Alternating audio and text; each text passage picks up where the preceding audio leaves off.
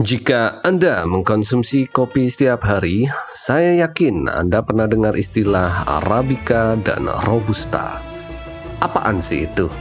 Begini ceritanya, banyak perdebatan mengenai sejarah penemuan kopi hingga hari ini. Tetapi, banyak fakta sejarah mencatat bahwa era penemuan biji kopi dimulai di sekitar tahun 800 sebelum Masehi hingga 850 Masehi. Ada cerita yang paling melegenda, di mana penemuan kopi terjadi secara tidak sengaja ketika seorang warga dari kerajaan Ethiopia bernama Kaldi mengamati kawanan kambing gembalaannya yang susah tidur hingga larut malam setelah mengkonsumsi buah beri yang saat itu belum dikenal sebagai kopi. Ia pun mencoba untuk memasak dan memakannya.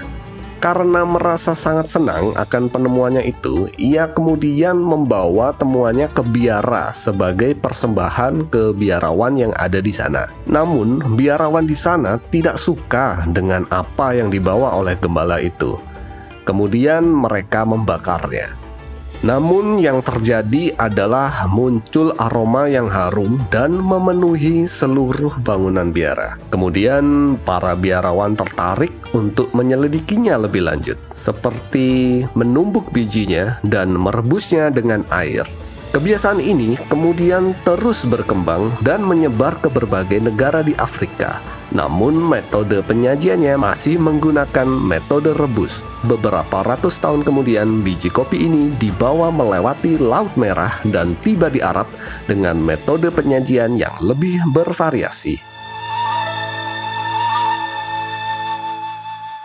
Seiring dengan berjalannya waktu, kopi menjadi semakin dikenal dan menjadi komoditi barang mewah.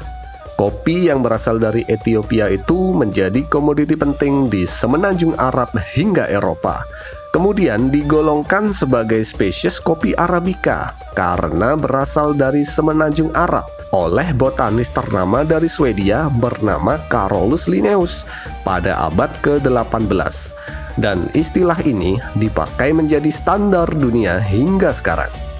Sekitar 100 tahun kemudian, seorang botanis Belgia menemukan jenis tanaman kopi baru di Kongo, Afrika Tengah, yang kemudian diteliti dan menjadi alternatif baru selain kopi Arabica. Tanaman kopi ini tumbuh di dataran rendah dengan iklim hangat, sedangkan kopi Arabica hanya bisa tumbuh di dataran tinggi dan iklim yang sejuk. Kemudian, biji kopi ini digolongkan sebagai Robusta dari kata robust atau kuat. Tidak hanya secara kemampuan tanaman tersebut beradaptasi, namun secara cita rasa dan kadar kafein yang terkandung dalam biji tersebut juga cenderung lebih kuat dari Arabica. Sejak itulah, dua jenis kopi ini menjadi spesies kopi yang paling populer di dunia hingga sekarang. Pada umumnya, kopi Arabica hanya bisa tumbuh dan bertahan hidup di ketinggian 900 hingga 1700 meter di atas permukaan laut. Sedangkan untuk kopi Robusta bisa tumbuh dengan ketinggian kurang dari 900 meter, lebih tahan dari penyakit dan perawatannya relatif lebih mudah. Secara bentuk, biji kopi Arabica cenderung lebih besar dan lonjong, sedangkan Robusta sedikit lebih bulat dan kecil. Untuk rasa, kopi Robusta relatif lebih pahit dan kuat.